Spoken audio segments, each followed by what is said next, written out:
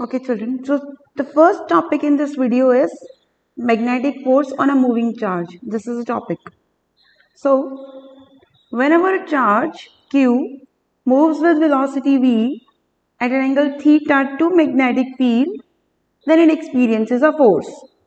Okay, that force has been found directly proportional to the magnitude of charge, its velocity, sine of theta, and magnitude of magnetic field present there. So we'll combine these, we'll get this formula. This is proportionality constant whose value is 1. So we get this ultimate formula. Okay, suppose a charge is moving like this at some angle theta with the magnetic field, then it will experience, you can show that this is the direction of velocity. Okay, then it will experience the force which is given by this formula qvb sine theta. So when a charge q moves with velocity v in the magnetic field B making an angle theta, then it experiences a force, magnetic force given by this formula. Now how can we write this formula in vector form? It will be F vector and it is q, okay, and it will be V cross B.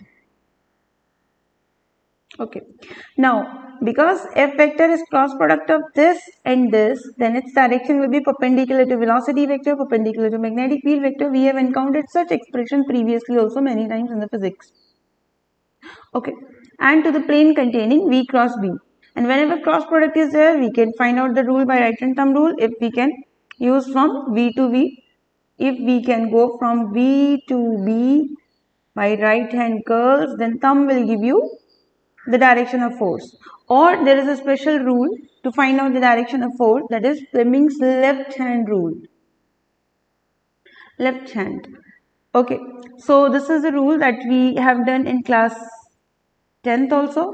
So you can see if first finger is pointing out in the direction of magnetic field and second finger of left hand is pointing in the direction of current. What is direction of current? Motion of positive charge. So you will have to learn that way as well. If the three fingers, first finger, second finger and thumb are representing three mutually perpendicular axes, okay, and if first finger is pointing in the direction of magnetic field, second is pointing in the direction of current, then thumb will give you the direction of force, magnetic force. So this is Fleming's left hand rule. Okay, so we'll go to the next topic, or we will be seeing the implementation of this Fleming's left hand rule as in when there is a numerical or an application. Now case 1. So till now what do we know? That when a charge q moves with velocity v in magnetic field B at an angle theta to the magnetic field, it experiences a force given by this. Now there are certain cases that we need to discuss. Case number 1, when the charge is moving parallel to magnetic field. So when the charge moves parallel to magnetic field, in that case theta is 0 because they both are parallel. Sine 0 is 0. Substitute here, no forces being experienced by the charge. Anti-parallel, so you can see here this is going in this direction, charge is going in this direction, magnetic field is in this direction, theta is 180. Okay, sine 180 is also 0. So if it is moving parallel or anti-parallel, if the charge is moving parallel or anti-parallel, force experienced by it will be 0. What does it mean? That it will continue its own path, it will go undeflected. Charge will go undeflected, it will continue moving along its own original path. Further, case number 2, when the charge moves perpendicular to magnetic field.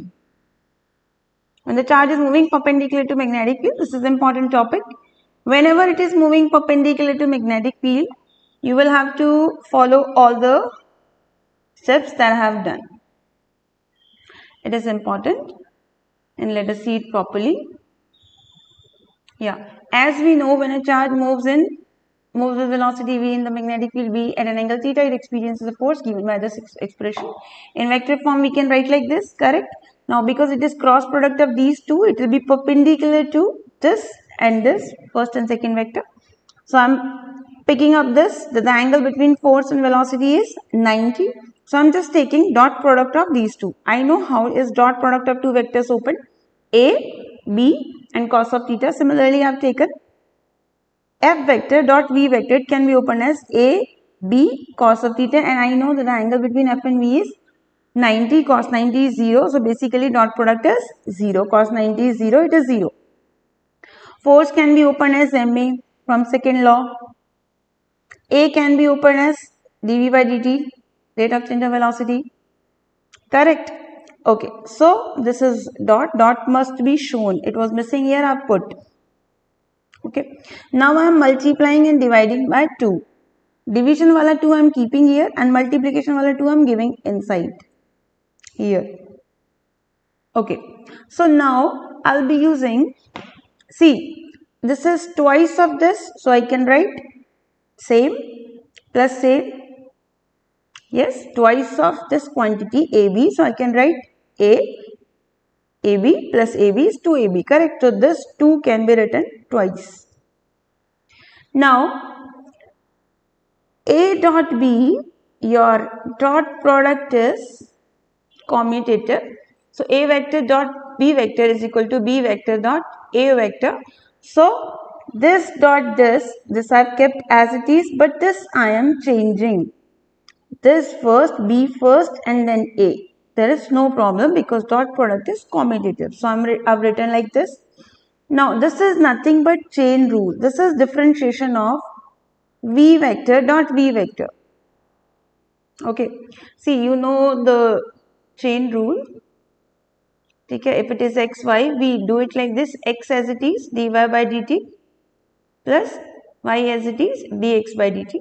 That is what I have done. So d by dt of xy is open this way. So this is d by dt of this. Okay, first differentiation of first quantity, second as it is, then differentiation of first. This is how it is done. Now same dot same is same square, that is dot product.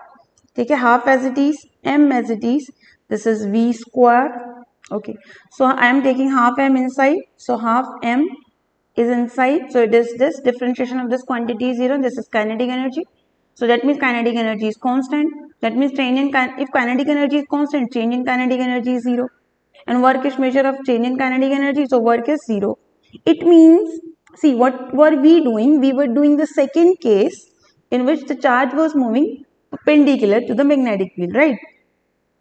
So when charge moves perpendicular to, when charge moves perpendicular to magnetic field, in that situation, no work is done.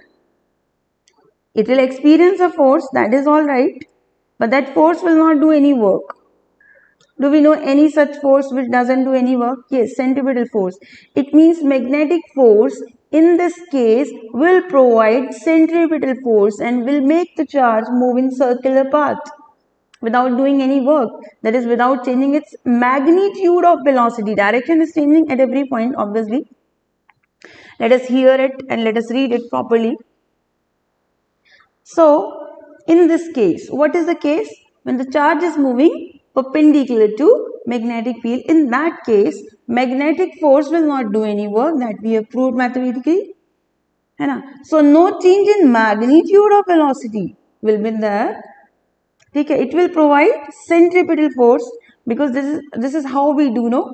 For example, Earth is revolving around Sun. What is the work done?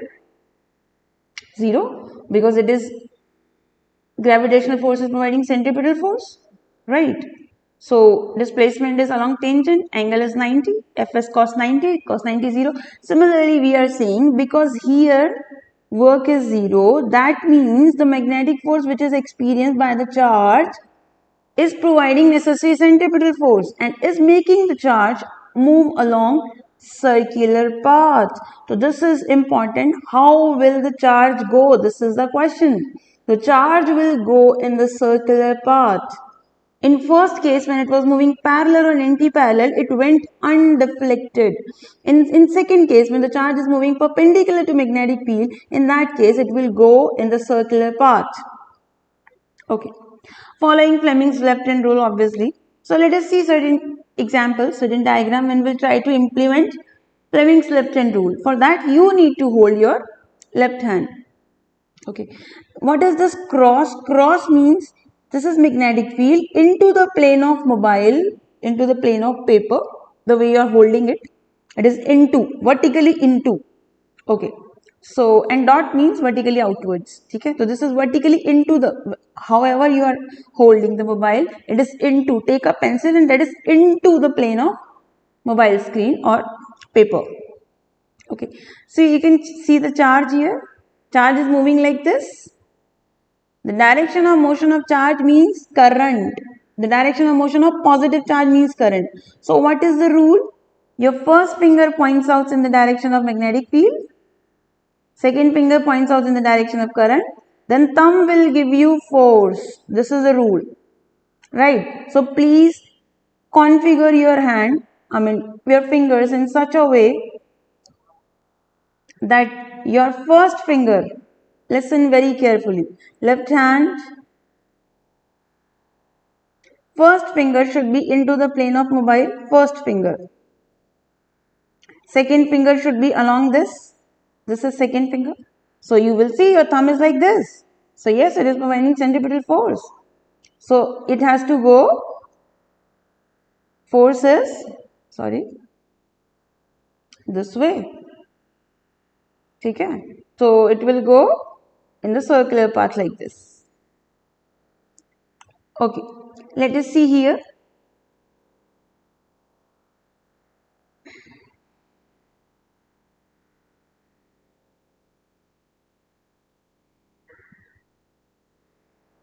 Okay. Suppose thumb is coming downward. So that means the charge particle will describe the circle like this. Okay. Let us take more example. There are more figures we can do practice. Okay, let us see this. Again, here is cross. Cross means magnetic field is into, inward, vertically into. And here is negative charge, which is moving like this, like this. So, negative charge, opposite to it is current. So, this is your current. Your second finger should be like this. Keep like this. And first finger should be into the plane of mobile. See, please use your hand. You will see that you are able to do. Okay, your thumb will come this way. It means you have to describe a circle like this. So it has to describe a circle this way. And that charge had to go this way, here. Here, the charge was here. It had to go this way because thumb was coming like this. So we'll do more practice. I think I will use pics also next time. So for example, let us do final practice here. What kind of charge is this? It is written electron. So first of all, we'll have to keep in mind that negative charge is there. It means current has to be reversed. Current is direction of positive charge, motion of positive charge. Okay. So your electron is moving like this. That means current is this. This is your second finger. You rotate your left hand. Keep your first finger into the mobile. And those who are able to adjust, they will see that the thumb is coming this way. It means the charge will describe this kind of circular path. Okay, anyways, this is the summary of second case, that whenever the charge moves perpendicular to magnetic field, it will describe a circular path. You'll have to derive and you'll have to write. Case number 3. Parallel, anti-parallel we did. Now case number 3, and perpendicular we did. In case number 2, now it is at some angle, at any angle, any arbitrary angle, any random angle. So let the charge be moving like this at an angle theta to the magnetic field. How to do in that, and what we need to comment is what will be the overall motion, trajectory, path. So let us see. We will split velocity into two components. You can see this black line. This is along field, and this black line, this is without theta. So this component is your V horizontal or V parallel, and it is V cos theta. Sorry, it is V cos theta only. I have written by mistake. Two names, V horizontal or V parallel, and value is V cos theta. This is one component of velocity. Another component is this, and its value is, because it is without theta wala component, it is V sin theta. So we'll take both the components. Let us talk about V horizontal and B. So this is V horizontal 0, right? And this is B 0. They are in same direction. What is the angle between them? 0. So what is the force on the charge due to this velocity in the magnetic field when angle is 0, sine 0 is 0. So due to this component in the magnetic field, force is 0. So the charge should move undeflected due to this velocity. Yes, and due to this component of velocity, charge should move undeflected, that is ahead, that is along a straight line. Now coming to the another component, which is V vertical. Now you can see in the diagram, V vertical is here and V is here. So what is the angle between them? 90 degree. So this component of velocity is perpendicular. Case number 2, whenever it is moving perpendicular, then magnetic force will not do any work. It will provide centripetal force and will make the charge move in circular path. It means due to V horizontal, the charge should move ahead, and due to V perpendicular, the charge should move in circular path. So the charge will describe helical path. It will move in circle and it will move ahead at the same time. Right? So we can understand it is moving along a spring and it is moving in circle and it is moving ahead. Why it is moving in circle? Due to V perpendicular component of velocity, and due to parallel component, horizontal component of velocity, it is moving ahead. So overall path is, trajectory is helical. Okay, so you can see these diagrams, whichever you like. About magnetic field it has to be. Okay, so you can see this is best diagram, so you can understand from here. See, this is velocity is one component, this blue is magnetic field, this is velocity is perpendicular component. Okay, so this is the diagram that you can use in this. Coming to further, the same topic is going on. Due to V horizontal, it has to follow linear motion, because V horizontal, V parallel is along field, right? And due to V perpendicular, it has to go circular path. So due to V perpendicular, it is moving in circular path. It means centripetal force is provided by magnetic force. Due to which component? Due to this component, right? So centripetal force formula we know, mv perpendicular will write. Here are two components, so we will not be using V. We will be very particular in using V perpendicular or V horizontal. Here also Q, V, B, sine, perpendicular component is 90. But here we will write clearly V perpendicular. Okay, so V perpendicular, one power will be cancelled. We are ready with this formula. So I am ready with this formula. Okay, or I can be ready with radius also. So I am ready with the expression of radius. What will be the radius of the circular path? So circumference of the circular path is this. You can substitute radius if you wish. Now what will be the time period of revolution? In which time it will describe one complete circle? So it will be distance of one revolution upon velocity. Be very particular. There is no V. There is V perpendicular or V horizontal. Which V will you use? Then V perpendicular will be used, because due to this it is describing the circular path. So circumference upon this, substitute V perpendicular. Okay, you will get this. This is your time period. Now reciprocal of time period will be frequency. You can find out and report the expression. Coming to next is pitch. What is pitch? Pitch is in one full revolution, how much ahead do you go? Like in screw action, when we move the screw forward, how much ahead does it go? When we rotate the screw, how much ahead does it go? How much back does it go? So the linear distance. Otherwise, we have done about pitch in screw gauge. Pitch of screw gauge. So you all must be able to recall from class 11th. Okay, so what is pitch? Pitch is linear distance travelled in one full revolution. Write it very properly. Linear distance travelled in one full revolution. It means time period will come of circular path and linear speed will come. V horizontal. And time period expression you have obtained, just substitute. This is pitch of helix. So overall motion in case 3 is this. So there are 3 cases when the charge is moving parallel, anti-parallel, it will go undeflected. However it was going, it will keep moving along the same line. If it is moving perpendicular, it has to describe a circular path. If it is moving at some angle, it has to describe a helical path. Okay. Now comes the topic of cyclotron. Last year they deleted cyclotron and this year they have introduced it again. I've checked in the syllabus. Okay. So cyclotron is a topic which is based upon case 2 and some electrostatics.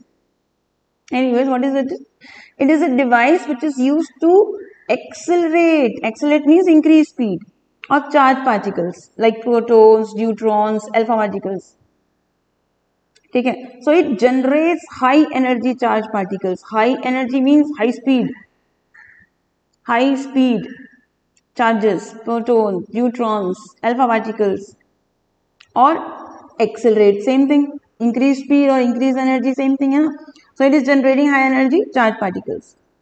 It was invented by Lorentz and Livingstone. That is okay. Now what is the principle? Principle is a charged particle can be accelerated to very high energies by making it pass through moderate electric field number of times. See, when a charge will come in electric field, what will happen? Charge will experience a force. Force means push. Push means increase in speed. So you enter the field again and again. How will you enter the field again and again? When you are moving in circular path. Let us understand it once again. If the charge will come to electric field, it will experience a force given by QE. Push, experience, speed increase. Come again, push, experience, speed increase. Come again, push, you will experience and speed will be increased. So keep on coming again, but on your own. Okay. So how will you come again and again when you are moving in circular path? So who will give you circular motion? The perpendicular magnetic field that we have studied, case 2. So this is what is written in principle. Coming to the construction. In construction, we'll see it consists of two small, hollow, metallic half cylinders D, tiffin shaped Ds. So this is D1, this is D2. There are two metallic hollow cylinders. Okay? We'll call them D1 and D2. This is D1 and this is D2. Okay. They are mounted inside a vacuum chamber. Okay. Between the poles of a powerful electromagnet. These are the pole pieces. North pole, south pole. So these are installed, mounted between two poles of an electromagnet. Now these are connected to a source of high frequency alternating voltage. Okay. High frequency AC source. Okay. Now that is okay. This point is okay. You can do it on your own. Let us come to this. See, actually it looks like this. Take a big cyclotrons where high energy charged particles are generated. They look like this. But in exam, we'll have to draw this. These are two Ds, D1 and D2, D1 and D2. Electromagnets pole pieces. This is high frequency oscillator, high frequency source. You can draw it like this. This is high frequency source. If it is not visible, then you can draw it like this. This is your target. This is your window. These are the things to be shown in the cyclotron. See, we have many diagrams, whichever you feel you can. But in exam, you will be drawing either of these, not the actual one, but in reality, it looks like that. Let us see. This is a window. Okay, from here, charge will come out. With charge, whose energy we are increasing. Right. These are magnets, pole pieces. And this is your high energy oscillator. Okay, these are D1 and D2. Okay, now let us understand the theory and working of cyclotron. See, suppose we have to accelerate a charge Q. Listen very carefully. We have to accelerate this charge plus Q. So we are keeping it here. There is some ion source they generate and they keep it here. This is high frequency oscillator. Okay. What does it mean? That it will change the polarities of the Ds. This is high frequency oscillator. It has kept suppose this is D1, it is at positive and this is at negative DD2 at one point of time. High frequency oscillator will keep on changing the polarities of the Ds after a fixed time that you will set. Okay, so let us understand it from beginning. We kept the charge here. The moment we saw that D1 is at positive and D2 is at negative. So what will happen? This charge will feel a force towards this negative. Yes, because it is positive. So it will feel a force towards this negative. So it will rush. It will move by experiencing a force QE. Now, when it will start moving, when it will begin to move, it is moving in perpendicular magnetic field, not to south. Not to south we have magnetic field. So when you move in perpendicular magnetic field, what happens? You will have to move in circular path. That is case 2. Again, let us understand. We kept a charge Q here, right? The moment we kept it, D1 was positive and D2 was negative. Charge will feel electrostatic force towards negative, it will move. The moment it will move, because it is moving in perpendicular magnetic field directed from north to south, and a perpendicular magnetic field provides necessary centripetal force and makes it move in circular path. So it will describe the circular path and will come out. The moment it comes out, the polarities of the D's needs to be reversed. Now D1 should be negative. The moment the charge is coming out after describing this semicircular path, same moment it has to be negative, it has to be positive.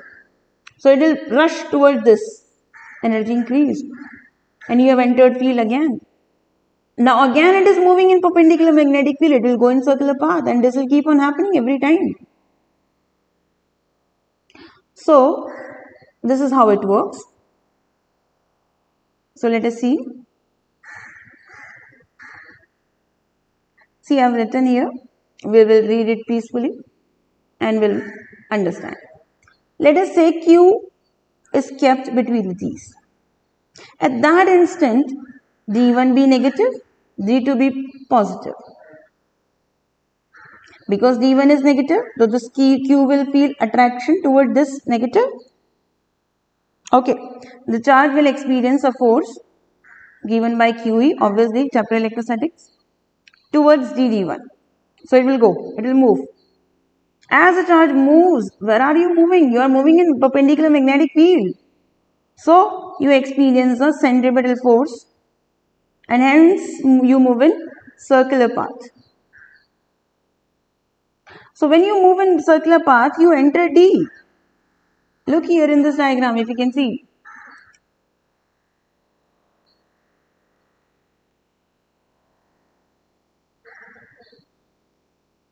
Yes. So the charge is entered this. This is half circle, it described. And the moment it comes out, the opposite D has to have negative polarity, and that is the function of this high frequency oscillator, whose symbol is like this. This machine will change the polarity. That is why it is having high frequency. Frequency means it will change again and again.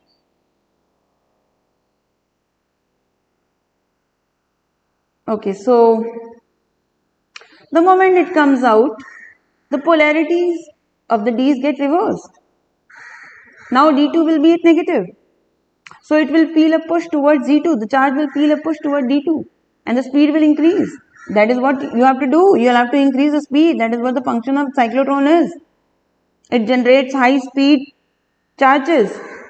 So the charge will keep on describing the semicircular path. Again it will come out and the process will be repeated again and again until you achieve your required energy, required speed. Okay, now what theory you have to include? That was working. Now whatever maths portion you will write, that will be theory. Centripetal force is provided by the magnetic force. What is centripetal force? mv square by r. There is no need of writing v perpendicular now. This is not that topic. So this is qvb sine theta. V cancel, sin 90, है ना, because the charge is moving perpendicular to magnetic field, so theta is 90. So radius expression is ready of the circular part. Time period is circumference by velocity. Substitute R. This is R. This is the time period formula. You can find out frequency. This frequency is independent of velocity. There is no mention of velocity in this, correct? And there is no mention of radius, correct? And this is called cyclotron frequency or magnetic resonance frequency. This is a key fact on which cyclotron will be based. This frequency is important. Now I have written essential condition for the working of cyclotron. Yes, what is the most essential condition? That the timing should match. Which timing? The moment charge is coming out of a D, at the same moment polarity needs to be reversed. So you can see